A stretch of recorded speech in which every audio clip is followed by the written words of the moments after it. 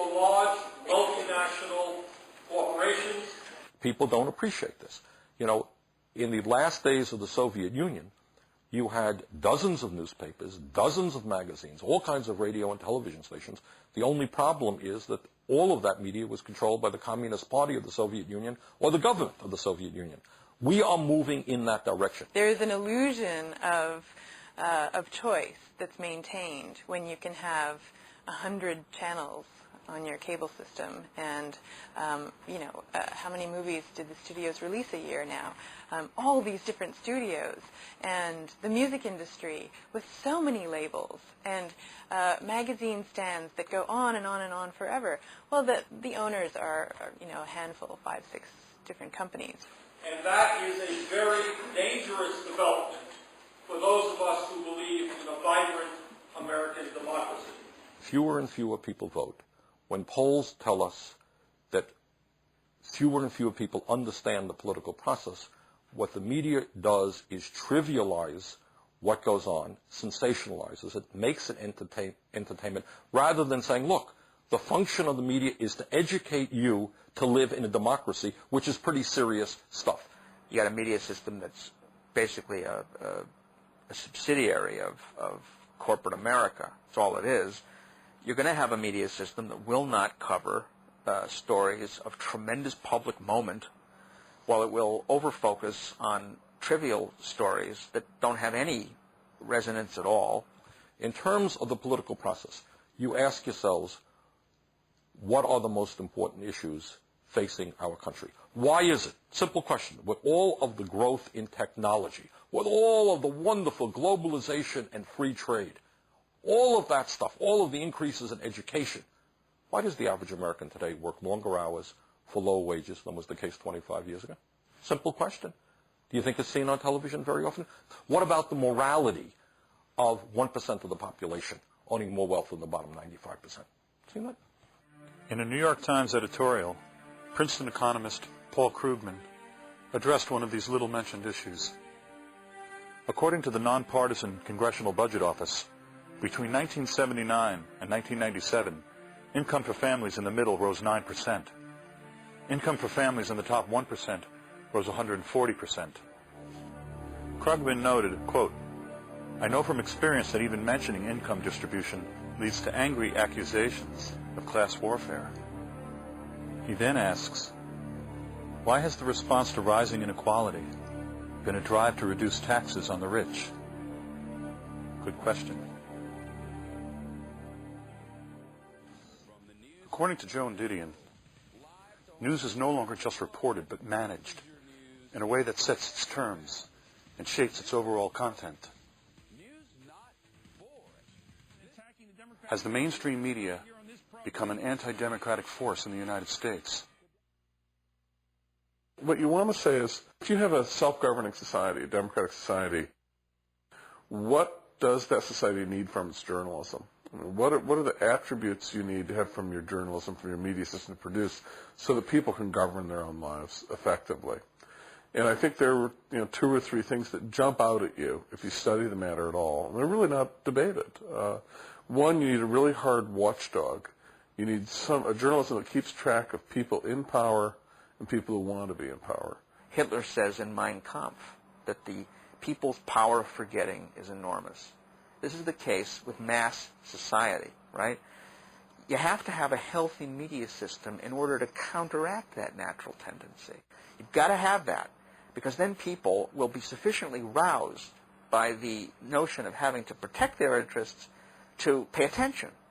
Otherwise, if it's just a spectacle, if it's just a bunch of razzle-dazzle and bullshit, people will naturally, forget about it in a couple of days. And that's the pickle that Americans tend to be in. A CNN Gallup poll conducted in March 2003 found that 51% of the American people thought Saddam Hussein was personally responsible for the September 11th attack. Why did they think that?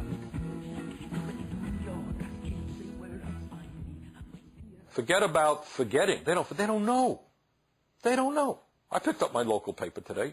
Yesterday there was a vote in the House of Representatives which passed which would, if it carries into law, provide hundreds of billions of dollars in tax breaks to a handful of families in this country. Wasn't mentioned in the newspaper. The repeal of the estate tax. Half of the benefits of that repeal will go to the richest 1/10 of 1% of the population. All of the benefits will go to the wealthiest 2% of the families in America. You got that? 98% of the families do not pay one nickel in estate tax. I walked down the street a couple of months ago. Guy goes up and he says, "Bernie, I'm really angry at you." You know, why are you angry? "I've got $20,000 in the bank, and I want to leave my money to my kids, and why are you stopping me from doing that?" $20,000. This guy's not going to pay one penny in estate tax. People don't know that. So what they do is they poll. They got very good pollsters, and you play off the general ignorance of the population. People don't know much. Death tax sounds pretty good. Everybody who dies, you got to pay a huge tax to the federal government. Not true. We put the death tax on the road to extinction. The death tax is a bad tax. And you've got 99% ran around waving little flags going, "We're free! We're free! We live in democracy! Woohoo!"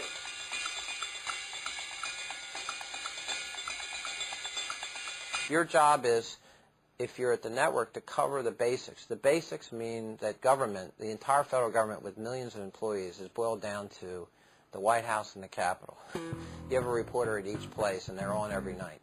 And that's the extent of your federal government news coverage. It's idiocy. Shocking. It's shocking and it's pathetic. And so you can have an SNL scandal that goes on for years and no one notices it because that's an obscure, now defunct agency called the Federal Home Loan Bank Board. Well, how many reporters do you think are down there covering that? Hardly any. If a member of Congress gets an appropriation for $58,000 in order to put some funding into a house or something or into something in his community, it's liable to make the front pages. Congressman Jones gets pork, $58,000 for this stupid project. Headlines. But when you spend hundreds of billions of dollars, it is more likely that the hundreds of billions will not be covered than the $58,000. How did journalism get this way? To remove controversy from story selection. So you can't be yelled at for why did you put this in the front page and didn't cover some other story. There becomes a tremendous reliance upon official sources as the basis of legitimate journalism. This was a new thing. You know, in 1875, if the governor said something wacky, a newspaper editor would say, "I'm not going to cover that. It was stupid." Newspapers, they don't invent stories. They go to people, experts in this country, for their opinions on what's coming down or not coming down. It means those people in power, political power especially, but also business power, are sort of the assignment editors of journalism. What they want to talk about becomes news. If they agree that they don't want to debate something, like the CIA, it's virtually impossible for a journalist to introduce that as a story. If the media had been on the job during the 2000 election, for example, if they had reported what was actually going on and reported it with all due emphasis and repetitiousness, kept on the story day after day. I don't mean the occasional piece on page 10 of the New York Times. I mean appropriate coverage where you follow the scandal. If that had happened, Bush Cheney wouldn't be in the White House today because they weren't elected. They stole the election. The range of inquiry by journalists was strictly determined by what the official sources were saying. In this case, the Gore campaign and the Republicans, the Bush campaign. And journalists basically, their credible journalism volleyed between these two positions. Now, the problem with that was very simple. The two sides were playing by very different rules, very different game plans. On one side, you had the Republicans, and they were committed to winning this election no matter what. Principle be damned. They were taking power, period. That underscored everything they did. So there was no commitment to being principled whatsoever. One day, if you got the right ruling by the state Supreme Court, it's clearly a state issue. The ruling 2 days later goes against you. The exact same people say it's clearly a federal issue. There was no sense of shame. The point was you wanted power, period.